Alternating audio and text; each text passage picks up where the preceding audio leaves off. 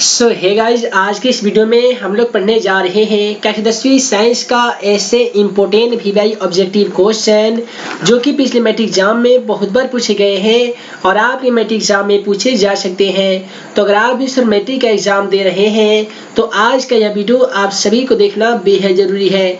तो चलिए फ्रेंड्स, बिना समय गवाए पहला क्वेश्चन का सोल्यूशन देख लेते हैं। दोस्तों, पहला सवाल ये बुलाया गया है कि गोलीय दर्पण में फोकसांतर एवं वक्रता त्रिज्या के बीच में क्या संबंध होता है। आप सभी को बता दें, फोकसांतर को एफ द्वारा लिखा जाता है और वक्रता त्रिज्या के वहीं पे आर द्वारा सूचित किया जाता है। आप तमाम छात्रों को मालूम होगा कि एफ बराबर एक फार्मूला आता है r/2 और इससे ही थोड़ा सा सॉल्यूशन कर देते हैं, क्रॉस मल्टीप्लिकेशन कर देते हैं तो ये r बराबर 2f हो जाते हैं। इससे हमें ये पता चलता है कि f बराबर r/2 होते हैं, यानी फोकस दूरी वक्रता त्रिज्या के आधी होती है, वहीं पे r बराबर 2f होते हैं, यानी वक्रता त्रिज्या फोकस दूरी के दोगुनी होती है। यहाँ पे ऑप्शन में देखेंगे तो a बराबर r/2 तो नहीं दिया गया है, लेकिन हाँ r बराबर 2f दिया जा चुका है। अतः क्वेश्चन का सही जवाब ऑप्शन ए हो जाएगा। उसके बाद में अगला सवाल क्वेश्चन नंबर 2 को देखिए। यहाँ पे क्वेश्चन नंबर 2 कहता है कि निर्गत किरण एवं अभिलंब के बीच बने कोण को क्या कहते हैं। जैसा कि आप सभी प्रकाश के परिवर्तन एवं अपवर्तन चैप्टर में पढ़ लिए होंगे कि वहां पे बताया जाता है। तो इस प्रकार से ये आपतन बिंदु होते हैं, ठीक है। यहाँ से एक आपतित किरण आती है, आपतन बिंदु पे टकराकर उसी माध्यम में लौट जाती है, जिसे हम लोग परावर्तित किरण कहते हैं। बीच में एक लंब डाल दिया जाता है, जिसे हम सभी अभिलंब के नाम से जानते हैं। अब यहाँ पे हम लोग बनाएंगे कैसे। तो दोस्तों, ये आपतित किरण, परावर्तित किरण और आपतन बिंदु पे डाले गए अभिलंब तीनों एक ही तल में होते हैं। ये प्रकाश का परावर्तन का पहला नियम भी होता है। तो इसी प्रकार से यदि ये हमारा निर्गत किरण रहता तो निर्गत किरण एवं अभिलंब के बीच बने कोण को क्या कहते, तो निर्गत कोण कहते। तो क्वेश्चन का सही जवाब ऑप्शन सी हो जाएगा, निर्गत कोण। उसी प्रकार से अगला सवाल क्वेश्चन 3 को देखिए। यहाँ पे क्वेश्चन 3 कह रहा है कि कौन सा लेंस अपसारी लेंस भी कहलाता है, यानी वह कौन ऐसा लेंस है जिसे हम लोग अपसारी लेंस भी कहते हैं। दोस्तों याद रखिएगा, अवतल लेंस को हम लोग अपसारी लेंस भी कहते हैं। और वहीं पे बात करें उत्तल लेंसों के बारे में, तो दोस्तों उत्तल लेंस को हम लोग अभिसारी लेंस कहते हैं। तो दोनों क्वेश्चन को याद रखना बेहद जरूरी है। अवतल लेंस को हम लोग अपसारी लेंस कहते हैं, वहीं पे उत्तल लेंस को हम लोग अभिसारी लेंस कहते हैं। उसके बाद में अगला सवाल क्वेश्चन 4 को देखिए।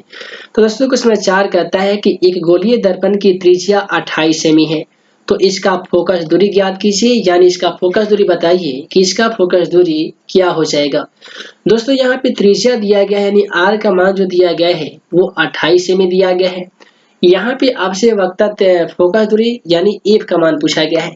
तो f बराबर क्या होते हैं, तो आप बोलेंगे सर वक्रता त्रिज्या बटा 2 होते हैं, यानी वक्रता त्रिज्या की आधी होती है फोकस दूरी। तो हम लोग क्या करेंगे, वक्रता त्रिज्या यानी r का जो मान है वो 28 दिया गया है, तो हम लोग 28 लिखेंगे। उसके बाद में बटा 2, तो यहाँ पे बटा 2 कर देंगे। इसे हम लोग आसान तरीके से 14 दूनी 28, 14 मरतबे कटा सकते हैं। तो इस प्रकार से गोलीय दर्पण की वक्रता त्रिज्या यदि 28 सेमी होगी तो उसकी फोकस दूरी कितना हो जाएगी, तो ये 14 सेमी हो जाएगी, जो कि ऑप्शन सी में है। अतः क्वेश्चन का सही जवाब ऑप्शन सी हो जाएगा। उसके बाद में अगला सवाल क्वेश्चन 5 कहता है कि एक अवतल दर्पण की फोकस दूरी 10 सेमी है, तो उसकी वक्रता त्रिज्या क्या हो जाएगी। तो यहाँ पे देखिए, अवतल दर्पण में फोकस दूरी यानी f का जो मान है वो 10 सेमी दिया गया है।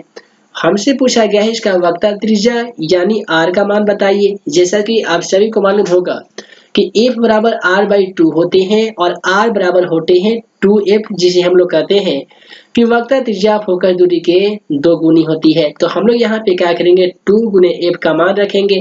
तो दोस्तों f का मान यहाँ पे 10 है, तो हम लोग 10 रखेंगे। 10 में 2 गुना कर देंगे तो कितना हो जाएगा, तो 10 दूनी 20 हो जाएगा, जो कि ऑप्शन बी में है। अतः क्वेश्चन का सही जवाब ऑप्शन बी हो जाएगा। उसके बाद में अगला सवाल यहाँ पे क्वेश्चन 6 को देखिए। तो दोस्तों क्वेश्चन 6 कहता है कि स्पेक्ट्रम प्राप्त करने के लिए उपयोग किया जाता है। आपके मन में ये सवाल आ रहा होगा कि दरअसल स्पेक्ट्रम जो है ये किसे कहते हैं। आसान भाषा में कहें तो दोस्तों, जब श्वेत प्रकाश यानी सूरज का जो प्रकाश इस प्रकार से एक प्रिज्म होता है, जब ये प्रिज्म पर पड़ता है ना तो वो 7 रंगों में इस प्रकार से विभाजित हो जाता है।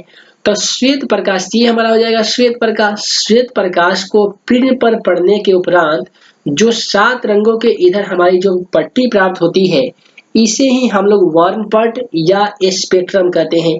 आसान भाषा में कहे तो 7 रंगों की एक पट्टी प्राप्त करने के लिए किसका प्रयोग किया जाता है? तो क्वेश्चन का सही जवाब ऑप्शन डी हो जाएगा। प्रिज्म का प्रयोग किया जाता है 7 रंगों की एक पट्टी प्राप्त करने के लिए। तो दोस्तों यहाँ पे क्वेश्चन का सही जवाब ऑप्शन डी हो जाएगा। उसके बाद में आइए अगला सवाल क्वेश्चन नंबर 7 को दिखा देते हैं। यहाँ पे क्वेश्चन 7 कर रहा है कि समान नेत्र के लिए अस्पष्ट दूर बिंदु कितना होता है। दोस्तों एक पूछा जाता है अस्पष्ट दर्शन दूरी कितना होता है और एक पूछा जाता है अस्पष्ट दूर दूरी कितना होता है। तो जब भी दूर दूरी पूछा जाएगा ना तो यहाँ पे हो जाएगा अनंत पे, और अस्पष्ट दर्शन की न्यूनतम दूरी पूछा जाएगा तो वैसे स्थिति में क्वेश्चन का सही जवाब ऑप्शन यहाँ पे डी हो जाएगा 25 सेमी। उसके बाद में आइए इसी प्रकार से हम लोग अगला सवाल क्वेश्चन नंबर यहाँ पे 8 को देख लेते हैं।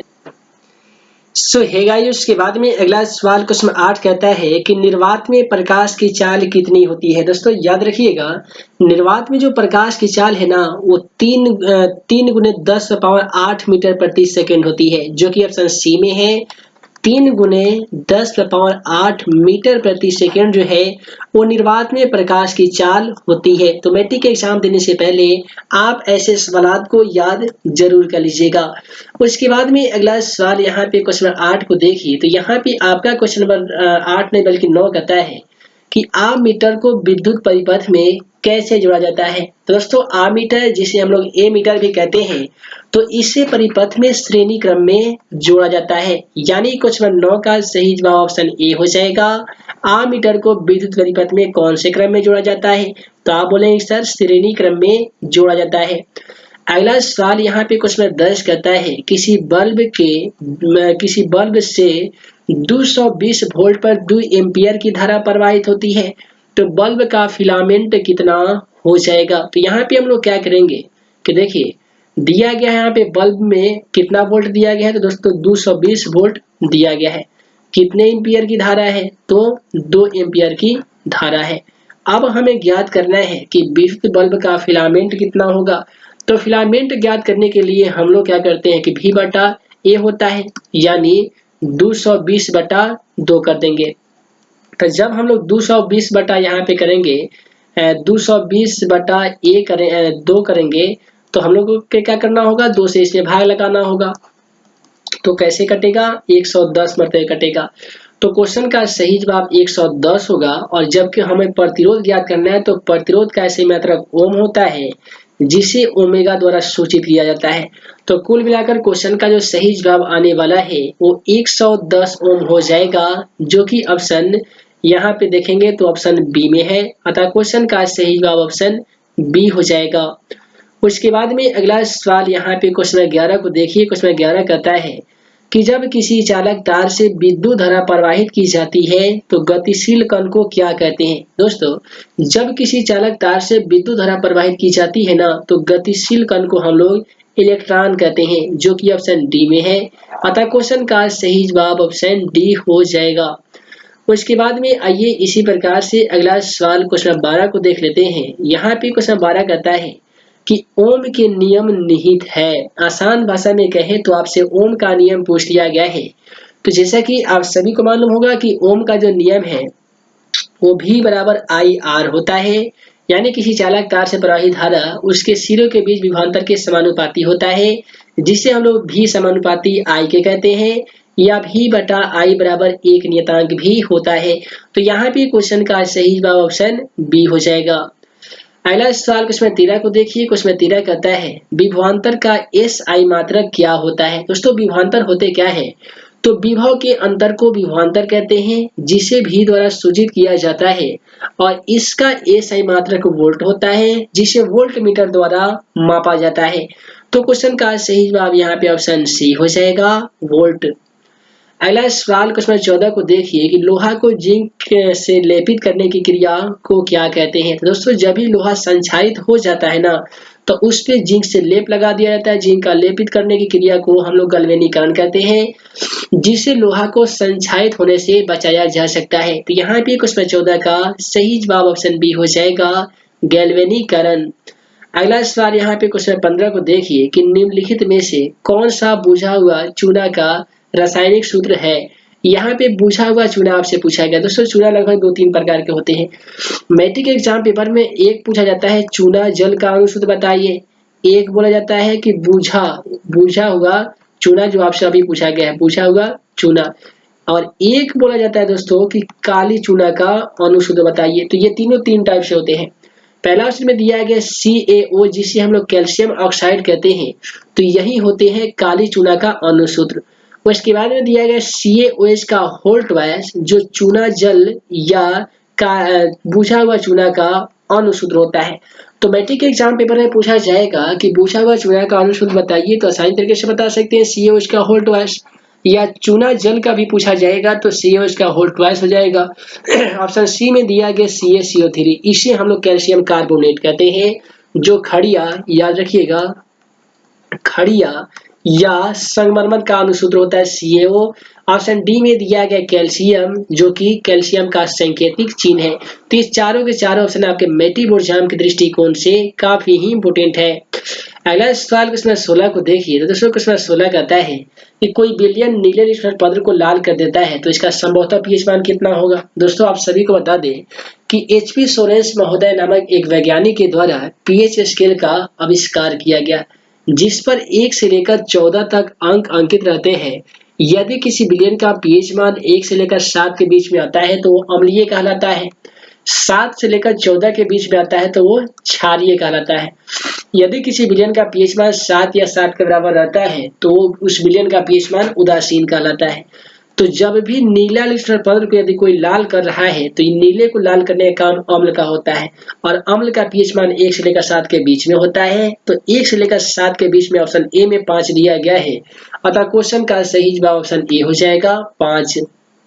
उसके बाद में अगला सवाल यहाँ पे क्वेश्चन 17 को देखिए। दोस्तों क्वेश्चन 17 कहता है कि कौन सा धातु कमरे के ताप पर द्रव अवस्था में पाया जाता है। दोस्तों आप सभी को मालूम ही होगा कि ब्रोमीन एक ऐसा अधातु है जो कमरे के समान ताप पे तरल अवस्था यानी द्रव अवस्था में पाया जाता है, यानी क्वेश्चन का सही जवाब ऑप्शन ए हो जाएगा, ब्रोमीन। अगला सवाल क्वेश्चन 18 को देखिए कि शुद्ध सोना बेक किया जाता है। दोस्तों आप सभी को बता दें कि शुद्ध सोना जो है वो 24 कैरेट का होता है, ठीक है, और आभूषण बनाने वाला जो सोना है वो 22 कैरेट का होता है। 2 कैरेट अन्य धातुओं को मिलाकर आभूषण तैयार किया जाता है। एक और सवाल पूछा जाता है कि सोने की शुद्धता की माप किस यंत्र द्वारा की जाती है। तो सोने की शुद्धता का जो माप है वो हॉलमार्क के द्वारा की जाती है, ठीक है। उसके बाद में ये कैरेटोमीटर से मापा जाता है शुद्ध सोना, जो कि शुद्ध सोना 24 कैरेट का होता है, अतः क्वेश्चन का सही जवाब ऑप्शन बी हो जाएगा। अगला सवाल यहाँ पे क्वेश्चन 19 को देखिए। 19 कहता है कि पीतल है। तो दोस्तों पीतल जो है ना ये मिश्र धातु है, अतः क्वेश्चन का सही जवाब ऑप्शन सी हो जाएगा। उसके बाद में कि मनुष्य में उत्सर्जन क्या होता है, उत्सर्जन किसे कहते हैं। तो दोस्तों अपचयी क्रियाओं के फलस्वरूप मनुष्य के शरीर में अनेक प्रकार के ऐसे पदार्थ बन जाते हैं जिसका इस्तेमाल मनुष्य के शरीर में नहीं होता है। ऐसे तमाम पदार्थों को शरीर से बाहर निष्कासन करना क्या कहलाता है, तो उत्सर्जन कहलाता है। और मनुष्य में प्रमुख उत्सर्जित पदार्थ होते हैं जैसे यूरिया हो गया, यूरिक अम्ल हो गया, एमिनो अम्ल हो गया, और ये सब का उत्सर्जन कौन करता है, तो ब्रिक करता है, अतः क्वेश्चन का सही जवाब ऑप्शन सी हो जाएगा, ब्रिक। उसके बाद में आइए अगला सवाल दिखा देते हैं। अगला सवाल कहता है कि खुला परिसंचरण तंत्र पाया जाता है। दोस्तों काकरोच में ही, काकरोच को अभी हम लोग अपने भाषा में तिलचट्टा कहते हैं, जो जिसका सफेद खून होता है। तो खुला परिसंचरण तंत्र जो है वो काकरोच में पाया जाता है।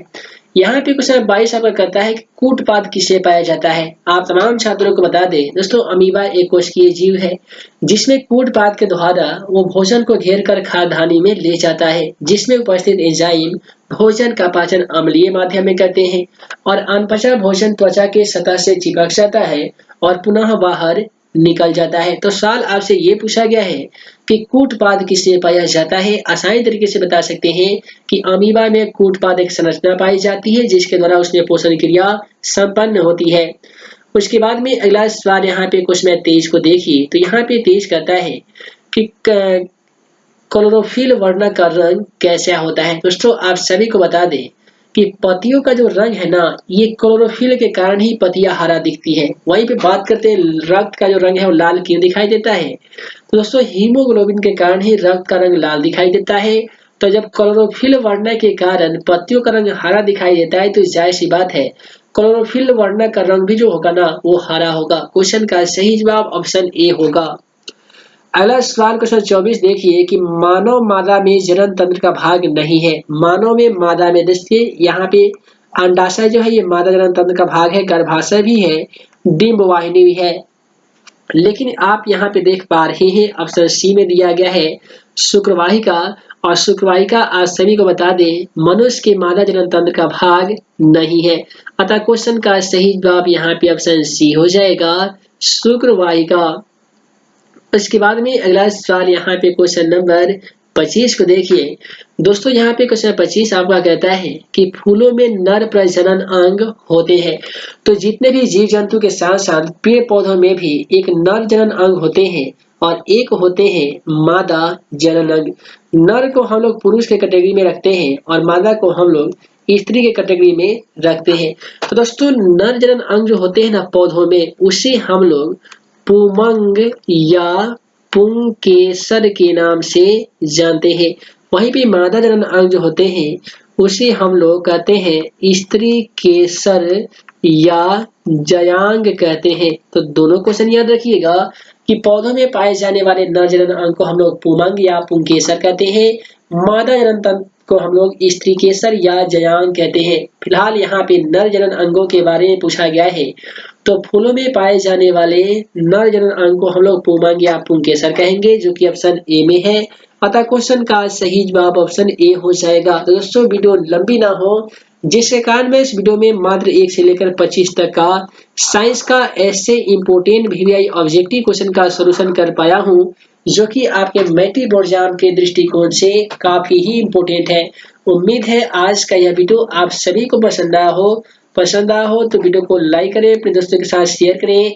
ऐसे ही नए नए वीडियो पाने के लिए आप हमारे YouTube channel math and magic tips को सब्सक्राइब जरूर कीजिएगा, और साथ ही math and magic tips officially mobile application को यदि आपने अभी तक डाउनलोड नहीं किया है तो प्ले स्टोर में जाकर सर्च कीजिए मैथ एंड मैजिक टिप्स और वहां पे दिए गए मोबाइल ऐप को इंस्टॉल कीजिए। साथ ही आप हमें फेसबुक, ट्विटर, इंस्टाग्राम, यूट्यूब और व्हाट्सएप के साथ साथ टेलीग्राम पर भी फॉलो कर सकते हैं। इंस्टाग्राम और सभी का लिंक इस वीडियो डिस्क्रिप्शन बॉक्स में दे दिया गया है। और math and magic tips mobile application को जरूर इंस्टॉल कीजिएगा, इसका भी लिंक आप सभी को डिस्क्रिप्शन बॉक्स में देखने को मिल जाएगा। तो फिलहाल आज की इस वीडियो में इतना ही, हम जल्द मिलेंगे अगले वीडियो में नए वीवीआई क्वेश्चन के साथ। तब तक के लिए वीडियो के लिए बहुत बहुत धन्यवाद।